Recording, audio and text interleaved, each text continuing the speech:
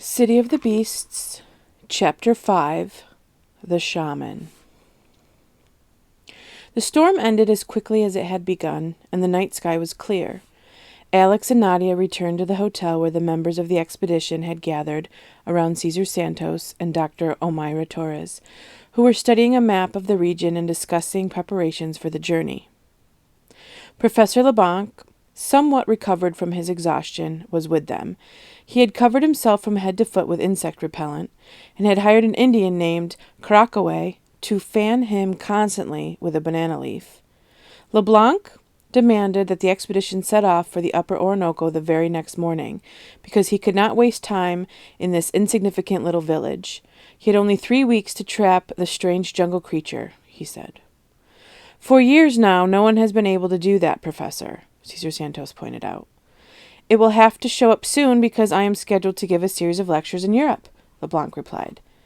I am sure the beast will respect your timetable, said the guide, but the professor showed no sign of having caught the irony. Kate had told her grandson that the Amazon was a dangerous place for anthropologists because they tended to lose their reason. They invented contradictory theories and fought among themselves with guns and knives. Some of them tyrannized tribes and ended up believing they were gods. One of them, totally mad, had to be taken back to his country in a straitjacket. I suppose you have been told that I am a member of the expedition, too, Professor LeBlanc, said Dr. Omaira Torres, whom the anthropologist kept glancing at out of the corner of his eye, impressed by her beauty. Nothing would please me more, Mademoiselle, but... It's Dr. Torres, the physician interrupted. You may call me Ludovic, offered LeBlanc flirtatiously. And you may call me Dr. Torres, was her curt reply. We will not be able to take you, my most esteemed doctor. There is barely enough space for those sponsored by International Geographic. Our budget is generous. But it has limits, LeBlanc replied. Then your team will not be going either, Professor. I am an employee of the National Health Service. I am here to protect the Indians. No foreigner may come in contact with them unless the necessary preventative measures are taken.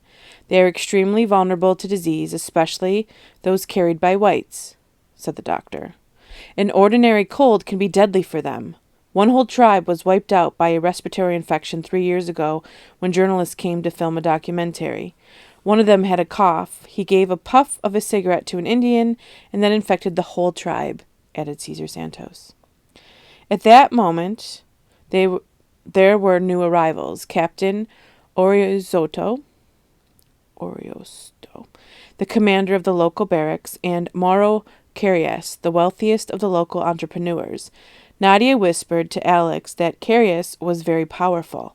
He had business dealings with the presidents and generals of several South American countries. She added that the man didn't have a heart in his chest but carried it in a tote bag, and pointed to the leather case Carias had in his hand. Ludovic LeBlanc, however, was greatly impressed with Carias because the expedition had been organized thanks to his international contacts. He was the one who had interested International Geographic in the legend of the beast. This bizarre creature has all the good people of the upper Orinoco terrified. No one wants to go into the triangle where it is thought to live, said Carias. I understand that the area has never been explored, said Kate. That is true. I'm supposed it must be very rich in minerals and precious stones, the writer added. The wealth of the Amazon is found principally in the soil and in its forests, he replied. And plants, Dr. Omaira Torres intervened. We don't know even 10% of the medicinal properties they contain. As the shamans and native healers disappear, we lose that knowledge forever. I imagine that the beast interferes with your business interest in that area, Senor Carias, just as the tribes do, Kate continued, who, once she got her teeth into something, did not let go. The beast is a problem for everyone.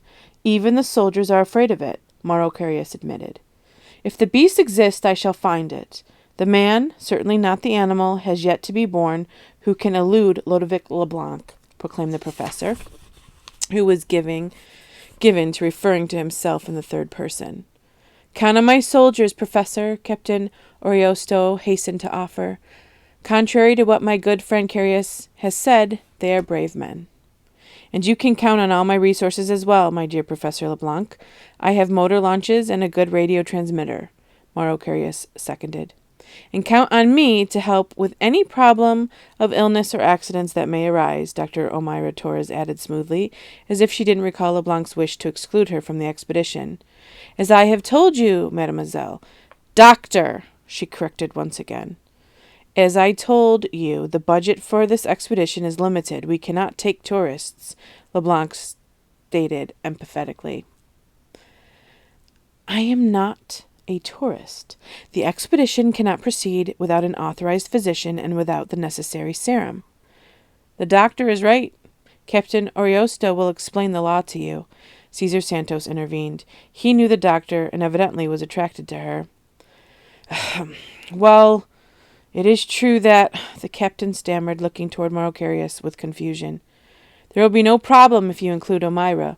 I myself will pay her expenses. The entrepreneur smiled and put his arm around the young physician's shoulders. Thank you, Mauro, but that will not be necessary. My expenses are paid by the government, she said, gently freeing herself. I see. In that case, there is nothing more to discuss. I hope we find the beast. If not, the venture will be pointless, spoke up the photographer, Timothy Bruce. Trust me, young man, I have experience regarding this type of creature, and I myself have designed some infallible traps. You can see models of my traps in my study of the abdominal snowman of the Himalayas. The professor shot him a smile of satisfaction, at the same time gesturing to Karakaway to fan a little faster. Were you able to trap it? Alex asked with amused innocence, because he knew the answer all too well. It does not exist, young man. The supposed creature of the Himalayas is a hoax. Perhaps this famous beast will be as well. People have seen it, Nadia declared. Ignorant people, no doubt, child, the professor scolded. Padre Voldomero isn't ignorant, Nadia protested. Who? A Catholic missionary who was kidnapped by the savages and has been as crazy as a loon ever since, Captain Ariosto intervened. He spoke English with a strong Spanish accent, and as he was always chomping on a cigar, he was not easy to understand. He wasn't kidnapped and he isn't crazy, Nadia exclaimed. Calm down, sweetie, Malcarius smiled and patted Nadia's head. She immediately slipped out of his reach. Padre Voldomero is actually a very wise man, Cesar Santos interjected. He speaks several Indian languages, and he knows the flora and fauna of the Amazon better than anyone. He can set fractured bones, pull teeth, and once or twice he has operated on cataracts with a scalpel he made himself. Yes, but he has had no success at all in cleaning up Santa Maria de la Lluvia, or in converting the Indians to Christianity. You've seen how they still go around stark naked, Mercurius mocked. I doubt that the Indians need to be converted, said Cesar Santos. He explained that the indigenous peoples were very spiritual. They believed that everything had a soul. Trees, animals, rivers, clouds. For them, spirit and matter were one and the same. They could not understand the simplicity of the foreigners' religion. They said it was the same story over and over, while they had many stories of gods and demons and spirits of sky and earth. Padre Voldomero had given up trying to explain that Christ died on the cross to save humankind from sin, because the idea of such a sacrifice left the Indians dumbfounded. They had no concept of guilt, nor did they understand the need to wear clothing in this climate or to acclimate wealth, since they couldn't take anything to the other world when they died. It's a shame they're condemned to disappear. They are an anthropologist's dream, don't you think, Professor LeBlanc? Mauro Curius' tone was mocking. That is true. Fortunately, I have been here to write about them before they succumb to progress. Thanks to Ludovic LeBlanc, they will live on in history, the professor replied, totally unaware of Curius's sarcasm. That evening, dinner consisted of serving of broiled tapir, beans, and cassava tortillas, none of which Alex wanted to try, even though he was as hungry as a wolf. After dinner, while his grandmother was drinking vodka and smoking her pipe in the company of the men, Alex went down to the river with Nadia. The moon was shining like a great yellow lamp in the sky. They were surrounded by the sounds of the jungle, like background music, bird cries, chattering monkeys, croaking toads, and crickets. Thousands of fireflies darted past them, brushing their faces. Nadia caught one in her hand and placed it in her curls, where it kept on blinking like a little light. She sat down on the dock and dabbed her feet in the dark water of the river. Alex asked her about piranhas. He had seen dried ones in the souvenir shop in Manus, looking like miniature sharks. They were about 8 inches long and provided with formidable jaws and teeth as sharp as knives. Piranhas are very useful. They clean dead animals and junk from the water. My father says that they only attack if they smell blood or if they're hungry, she explained. She told Alex about the time she had watched as a caiman, badly wounded by a jaguar, dragged itself into the water, where piranhas ate into the wound and devoured the caiman from the inside in a matter of minutes, leaving its hide intact. At that moment, Nadia sat up straight and made a sign not to speak. Baroba, the little monkey, began to jump up and down and shriek, very agitated, but Nadia quickly calmed it by whispering in its ear. Alex had the impression that the monkey understood its owner's words perfectly. All he could see were the shadows of the vegetation and the black mirror of the water, but it was obvious that something had captured Nadia's attention because she got to her feet. In the distance he heard the sound of someone strumming a guitar in the village. If he turned, he could see lights in the houses behind him, but they were alone at the river.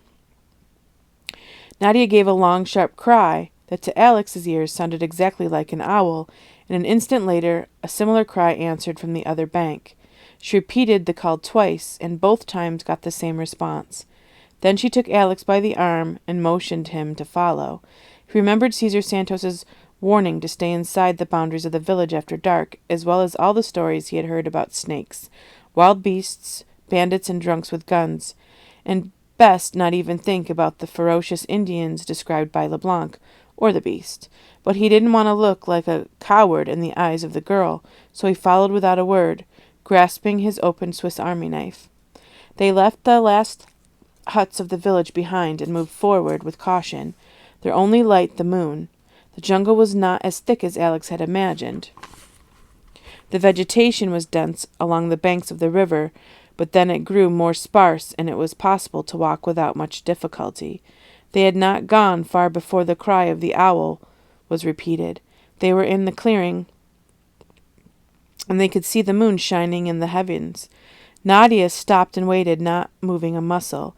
Even Baroba was quiet, as if it knew what they were waiting for. Suddenly Alex jumped with surprise. Less than 10 feet away, a figure had materialized from the night, suddenly and silently like a ghost. He raised his knife, ready to defend himself, but Nadia's calm attitude stopped him in midair. "Ay-ya!" the girl murmured in a low voice. "Ay-ya, ay-ya!" a voice replied, and to Alex did not sound human, but more like a breath of wind. The figure stepped forward until it was very close to Nadia. By then Alex's eyes had adjusted a little to the dark, and by the light of the moon he could see an incredibly ancient man. He looked as if he had lived for centuries. Even though he stood very straight and he moved nimbly, he was very small. Alex calculated that he was shorter than his sister Nicole, who was only 9. The man was wearing a brief apron of some plant fiber, and a dozen necklaces of shells, seeds, and boars' teeth covered his chest. His skin, wrinkled like a 1,000-year-old elephant, fell in folds over his fragile skeleton. He was carrying a short spear, a walking stick hung with a number of small leather pouches, and a quartz cylinder that clicked like a baby's rattle. Nadia reached up to her hair, pulled out the firefly, and offered it to the man. He accepted it, placing it among his necklaces. Nadia knelt down and signaled Alex to do the same as a sign of respect.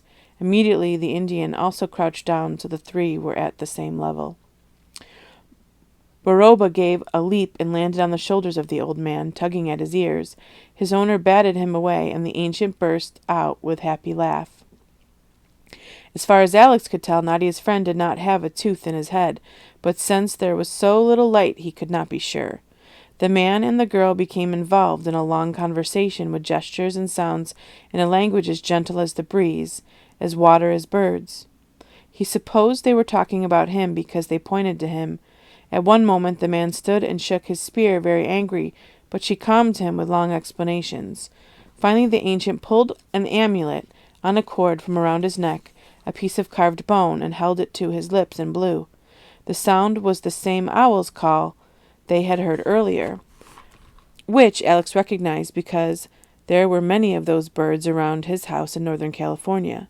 The amazing old man hung the amulet around Nadia's neck, placed his hands on her shoulders in farewell, and disappeared as silently as he had arrived.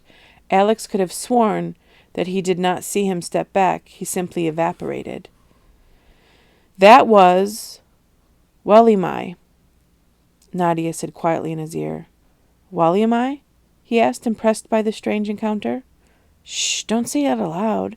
You must never speak the true name of an Indian. It's taboo. It's even worse to name the dead, and is much stronger taboo, a terrible insult, Nadia explained. Who is he? He is a shaman, a very powerful witch man. He speaks through dreams and visions. He can travel to the world of the spirits any time he wants. He's the only one who knows the road to El Dorado. El Dorado, the city of gold the conquistadors invented? That's a crazy legend, Alex replied. Walimai has been there many times with his wife. She is always with him. I didn't see her, Alex admitted. She's a spirit. Not everyone can see her. Did you? Yes, she is young and very beautiful. What did the witch man tell you? What were you two talking about? Alex asked. He gave me this talisman. With it I will always be safe. No one, no person, no animal, no ghost can hurt me. I can always use it to call him. All I have to do is blow and he will come. Up till now, I've not been able to call him. I've had to wait until he came. Walimai says that I am going to need him because there is much danger. Ariwa is walking again. It is so creepy, a spirit cannibal bird. Whenever it appears, there is death and destruction. But I will be protected by the talisman. You are a very weird girl, Alex sighed. He didn't believe half of what she was saying. Walimai says that foreigners should not go looking for the beast. He says that several will die, but you and I must go because we have been called, and that is because our souls are pure.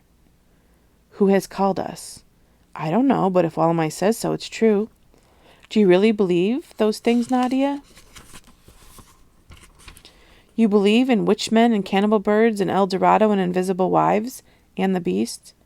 Without answering, the girl turned on her heel and began walking toward the village. Alex followed close behind to keep from getting lost.